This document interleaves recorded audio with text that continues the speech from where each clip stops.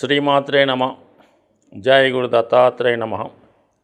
ఈ వీడియోలో మనం ఆగస్టు 16వ తారీఖు నుంచి 31వ తారీఖు మధ్యలో జరగబోయే పక్ష ఫలితాలు ఏ విధంగా ఉండబోతున్నాయి అని తెలుసుకుంటూ, మరి ఈ పక్షంలో ముఖ్యంగా ఉన్నటువంటి గ్రహస్థితి మనం పరిశీలించినప్పుడు మరి రవి సంక్రమణం జరిగింది. అది రవి స్వక్షేత్రమైనటువంటి సింహరాశిలోకి ప్రవేశిస్తూ అక్కడ ఉన్నటువంటి బుధ శుక్రుల్ని కలవడం అన్నది ఒక గొప్ప స్థితి ఈ జాతకానికి ఈ పక్షంలో ఏర్పడడం జరిగింది.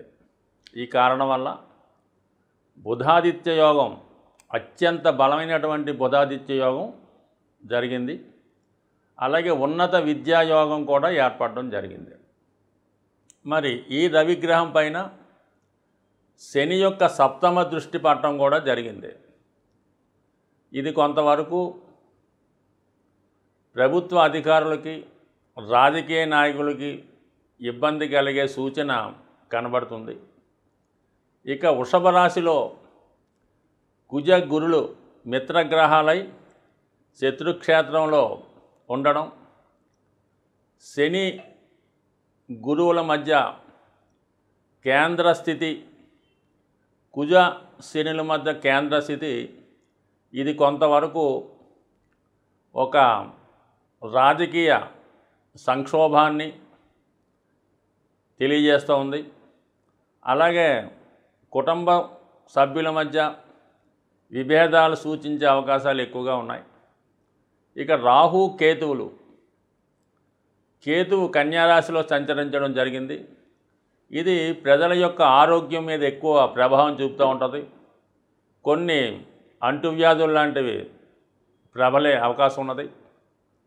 అలాగే మరి రాహు మీనరాశిలో సంచరించడం వల్ల ఆధ్యాత్మిక కేంద్రాల్లో అవినీతి కార్యక్రమాలు లాంటివి జరగడం, అలాగే కొన్ని ఆధ్యాత్మిక సంస్థల్లో కానీ దేవస్థానాల్లో కానీ అవినీతి లాంటివి జరగడం, కొంతవరకు వ్యతిరేక కార్యకలాపాలు అందులో ఉన్నటువంటి ఉద్యోగులు చేయడం వల్ల కొంత ఇటువంటివి బయటపడి ఇబ్బందులు లాంటి మన యొక్క సంస్కృతికి మచ్చ తెచ్చే విధంగా జరిగే అవకాశం ఉన్నది. అయితే ఆర్థిక పరంగా మనీ టైట్ ఏర్పడుతుంటుంది. ప్రజల్లో కొనుగోలు శక్తి తగ్గినప్పుడు కూడా అప్పు చేసైనా సరే ఎక్కువ విలాసవంతమైన వస్తువులు అంటే ఎక్కువ బంగారం లాంటివి, వాహనాలు లాంటివి ఎక్కువగా ఫైనాన్స్ సౌకర్యంతో కొనే అవకాశం ఉన్నది. ధనుసు రాశి వారికి ఈ పక్షంలో భాగ్య రాజ్యాధిపతుల కలయిక భాగ్యస్థానంలో ఏర్పడింది. సో ఈ కారణం వల్ల జాతకుడు వృత్తిలో ఎక్కువ అభివృద్ధి కలిగే అవకాశం ఉంది. మంచి గుర్తింపు కూడా వృత్తిపరంగా వచ్చే అవకాశం ఉంది. ఇది విద్యార్థులకి చాలా మంచి అవకాశం అన్నమాట. వాళ్ళలో ఉన్నటువంటి జ్ఞాపక శక్తి పెరుగుతుంది. ఈ సమయంలో వారు ఏదన్నా ప్రభుత్వ ఉద్యోగం కొరకు కానీ, ఏదంటే ఉన్నత విద్యలో ప్రవేశానికి కానీ ఏమైనా ఎంట్రన్స్ ఎగ్జామ్స్ రాస్తుంటే వాళ్ళు 100కి 100 పాళ్ళు అందులో విజయం సాధించే అవకాశం ఉంటుంది. సో ఇది జాతకుల్లో ఉన్నటువంటి నైపుణ్యాన్ని బయటికి తీసుకొచ్చే విధంగా జరుగుతూ ఉంటుంది అన్నమాట. ఒక విధంగా ఈ బుధుడు రవి కలిసి ఉంటే బుధాదిత్య యోగం అంటారు, దీన్నే నిపుణ యోగం అంటారు అన్నమాట. సో ఇది అద్భుత యోగం భాగ్యస్థానంలో ఏర్పడడం మరి ధనుసు రాశి వారికి కలిసి వచ్చినంతగా ఎవరికి కూడా కలిసి రాదు. వృత్తి వ్యవహారాల్లో కానీ ఆర్థిక వ్యవహారాల్లో కానీ మంచి సక్సెస్ తీసుకొస్తుంది. శుక్రుడు లాభాధిపతిగా భాగ్యాధిపతిగా కలిసి ఉండడం వల్ల మరి ఈ రాశిలో ఉన్నటువంటి స్త్రీలకి మంచి అదృష్టయోగం ఏర్పడుతుంది. వీరికి ఏమైనా ప్రభుత్వ పథకాలు అనుకూలంగా రావడం కానీ, ఏదైనా ఉపాధి ఉద్యోగ అవకాశాలు రావడం కానీ ఒక ప్రముఖ సంస్థలో మంచి పెద్ద సంస్థలో వచ్చే అవకాశం ఉంది. అలాగే ఇది ఆధ్యాత్మిక రంగంలో ఉన్న వాళ్ళకి కానీ, లేదంటే ఏదన్నా దేవస్థానంలోనో ఎండోమెంట్స్ డిపార్ట్మెంట్లోనో పనిచేద్దాం అనుకున్న వాళ్ళకి కానీ, అందులో ప్రవేశం కొరకు ప్రయత్నం చేస్తున్న వాళ్ళకి కూడా ఈ సమయం చాలా అనుకూలంగా ఉంది. అంటే ఎక్కువ ధనుసు రాశి వారు విద్యా సంస్థలు, ఆధ్యాత్మిక కేంద్రాలు ఇటువంటి వాటిలో ఉద్యోగం చేయడానికి ఎక్కువగా ఇష్టపడుతుంటారు. కనీసం అక్కడ ఉద్యోగం లేకపోయినా అక్కడ వారి యొక్క జీవనం గడపడానికి వారికి మనశ్శాంతి కొరకు ఆ ప్రదేశాల్లో ఉంటారు. ఇది దేవస్థానాలు, దేవాలయాలు, ఆశ్రమాలు ప్రశాంతంగా ఉన్నాయి కోరుకుంటుంటారు. సో ఈ సమయంలో మరి శని దృష్టి కూడా భాగ్యస్థానంలో ఉన్నటువంటి ఈ బుధాదిత్య యోగం మీద పట్టడం వల్ల, అంటే బుధుడు ఈ రాశి వారికి సప్తమ దశమాధిపతి, ఆ దశమ స్థానాధిపతి రవితో కలిసి ఉన్నాడు. అందుకని ప్రభుత్వ సంబంధించినటువంటి వ్యవహారాల్లో విజయం లభిస్తూ ఉంటుంది. శని దృష్టి పడటం వల్ల అంటే వారసత్వంగా, ఒకవేళ మీకు ఏమైనా వారసత్వంగా మీ పెద్దవారిదో, తాతగారిదో, తండ్రి గారిదో పదవి ఏదన్నా రావాల్సి ఉంటే ఈ సమయంలో మీకు ఆ పదవి వచ్చే అవకాశం ఉంది. పదవితో పాటు కూడా ధనయోగం కూడా ఏర్పడే అవకాశం ఉంది. ఒకవేళ మీరు స్త్రీలై ఉంటే, ధనుసు రాశిలో వారు స్త్రీలై ఉంటే మీ భర్త గారికి అటువంటి ప్రభుత్వ పదవి కానీ, అధికార హోదా కానీ లభించే అవకాశం ఉంది. అంటే సప్తమాధిపతి, భాగ్యాధిపతి కలిసి ఉండడం, మరి జీవిత భాగస్వామికి అదృష్టం కలిసి వచ్చే విధంగా ఈ కాంబినేషన్ ఏర్పడడం ఉంది. సో ఇది పక్కన ఉంటే 6వ స్థానం కూడా ఏదైనా ఉద్యోగంలో మనం ప్రవేశించాలన్నా, ఇంటర్వ్యూలో నెగ్గాలన్నా, అప్పు దొరకాలన్నా, తీర్చాలన్నా 6వ స్థానం బలంగా ఉండాలి. మరి ఇప్పుడు 6వ స్థానంలో కుజగ్రహ సంచారం, దాంతోపాటు రాష్ట్రాధిపతి గురువు కూడా 6వ స్థానం అన్నటువంటి జయస్థానంలో మరి సంచరించడం వల్ల జాతకుడికి ఇంటర్వ్యూలో విజయం లభించే అవకాశం ఉంది. అలాగే ఏమైనా కోర్టు సమస్యలు కానీ, ఆర్థిక లావాదేవీలు కానీ ఎటువంటి ప్రాబ్లమ్స్ ఉన్నా ఈ సమయంలో అవి మీకు అనుకూలంగా ఫేవర్గా తీర్పు వచ్చే అవకాశం ఉన్నది, చాలా బలంగా ఉన్నది. అయితే గృహ సంబంధించిన విషయాల్లో, స్థిరాస్తి సంబంధించిన విషయాల్లో కొన్ని ప్రాబ్లమ్స్ రావడం జరుగుతుంది. అంటే స్థిరాస్తి మీద ఏమైనా రుణాలు ఉంటే వాటి వల్ల ఇబ్బందులు రావడం కానీ, ఏదైనా మీరు ఫైనాన్స్ ద్వారా వాహనం కొని ఉంటే దానివల్ల చికాకులు రావడం కానీ, చాలా సందర్భాల్లో మీ కుటుంబంలో మదరు లేదంటే తల్లి సమానమైన వారికి ఏదైనా అనారోగ్యపరమైన ఇబ్బందులు కానీ, ఏదైనా ఆర్థికపరమైన చికాకులు కానీ కొంతవరకు వచ్చే అవకాశం ఉంది. అంటే చతుర్థంలో రాహుగ్రహ సంచారం జాతకుడి యొక్క ప్రశాంతమైన జీవితానికి ఏదో విధమైన ఇబ్బంది కలుగుతూ ఉంటుంది. ఏదో ఒక బలహీనత జాతకుడిని వెనక్కి లాగుతూ ఉంటుంది. సో ఈ కారణం వల్ల జాతకుడు ఏది కాన్సంట్రేషన్గా మనస్ఫూర్తిగా చేయలేకపోతుంటాడు.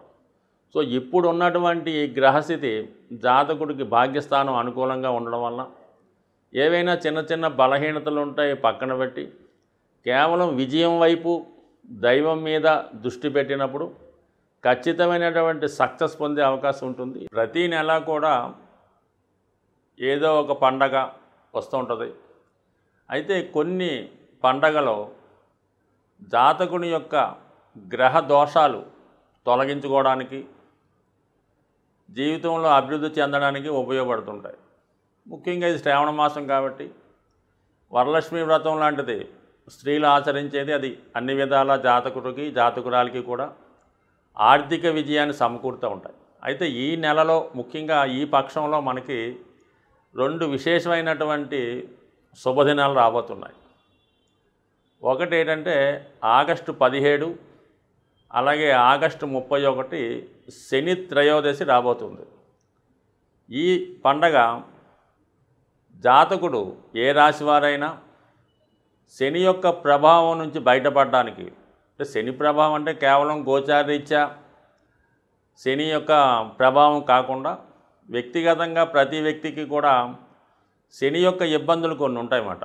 అవి ఏంటంటే జాతకుడికి వ్యసనాల మీద ఆసక్తి, ఏదో ఒక బలహీనత, అప్పులు ఉండడం, బద్ధకం ఉండడం, నిజాయితీగా వ్యవహరించకపోవడం, సరైనటువంటి వస్త్రధారణ చేయలేకపోవడం, అలాగే దైవాన్ని పెద్దల్ని దూషించడం, ఇవన్నీ కూడా శని యొక్క లక్షణాలు. ఈర్ష్య, అసూయ, ద్వేషం, కోపం ఇవి కూడా శని యొక్క ఇబ్బందులు అన్నమాట. ఇవి తగ్గించుకోవాలంటే ఖచ్చితంగా మీరు కేవలం ఈ శని త్రయోదశి నాడు విధి విధానంగా శని దేవాలయంలో కానీ లేదా నవగ్రహాలు శివాలయంలో ఉన్నటువంటి నవగ్రహాల్లో ఉన్నటువంటి శని భగవాన్ని విధి విధానంగా తైలాభిషేకం ద్వారా అక్కడ ఉన్నటువంటి ఆచారం ప్రకారం అక్కడ ఉన్నటువంటి పురోహితునితే మీరు చాలా వరకు విధి విధానంగా శని భగవాన్ని పూజించి అదే దేవాలయంలో శివుణ్ణి కూడా అభిషేకం చేసుకొని ఆ రోజంతా కూడా చాలా నియమ నిష్టలతో వ్యవహరించాలన్నమాట. ఆయిల్తో చేసిన పదార్థాలు తినకూడదు, ఇంకా ఉల్లిపాయ వెల్లుల్లిపాయ ఇంకా అటువంటి అసలే వద్దు. ఎవరు ఎంత బలవంత పెట్టినా కూడా ఎటువంటి మత్తు పానీయాలకు కానీ అలాగే ఇతర ఆహార పదార్థాలు ఎట్టి పరిస్థితుల్లో కూడా ముట్టుకోవద్దు. మనం పూజ చేసిన ఉదయం నుంచి మర్నాడు సూర్యోదయం అయ్యేదాకా కూడా భూమి మీదే పడుకోవాలంటే కింద పడుకోవాలి. సంసార సుఖానికి చాలా దూరంగా ఉండాలి.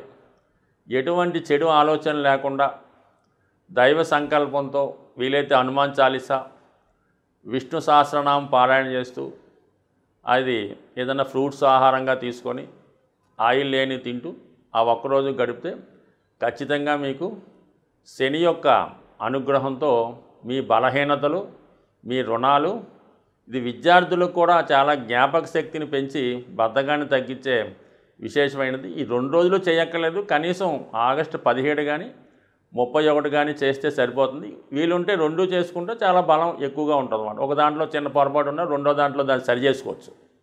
ఇక ఇంకోటి ఏంటంటే సంకష్టహర చతుర్థి ఆగస్టు 22. ఇది కేతు ప్రభావం నుంచి తప్పించే ప్రయత్నం జరుగుతూ ఉంటుంది. అంటే కేతు వైరాగ్యానికి కారకుడు, ఏదొచ్చినా కూడా చేయదాకా రాదన్నమాట. అటువంటి వారు ఈ సంకష్టహర చతుర్థి రోజు విధి విధానంగా గణపతి హోమం కానీ గణపతికి అభిషేకం చేయడం వల్ల సాయంకాలం చంద్రోదయం అయ్యేంత వరకు కూడా ఉపవాసం ఉండి దాని తర్వాత విధి విధానంగా భగవంతుని ప్రసాదం తీసుకొని ఆ రోజు కూడా నియమంగా ఉంటే ఖచ్చితంగా ఈ నెలలో ఈ పక్షంలో వచ్చినటువంటి ఇది ఆచరించడం వల్ల మరి జాతకంలో ఉన్నటువంటి సమస్త సకల దోషాలు సంపూర్ణంగా అయ్యే అవకాశం ఉంది. ఇది ఏ రాశితో సంబంధం లేదు, అందరూ చేసుకుంటే మంచిది. స్వస్తి.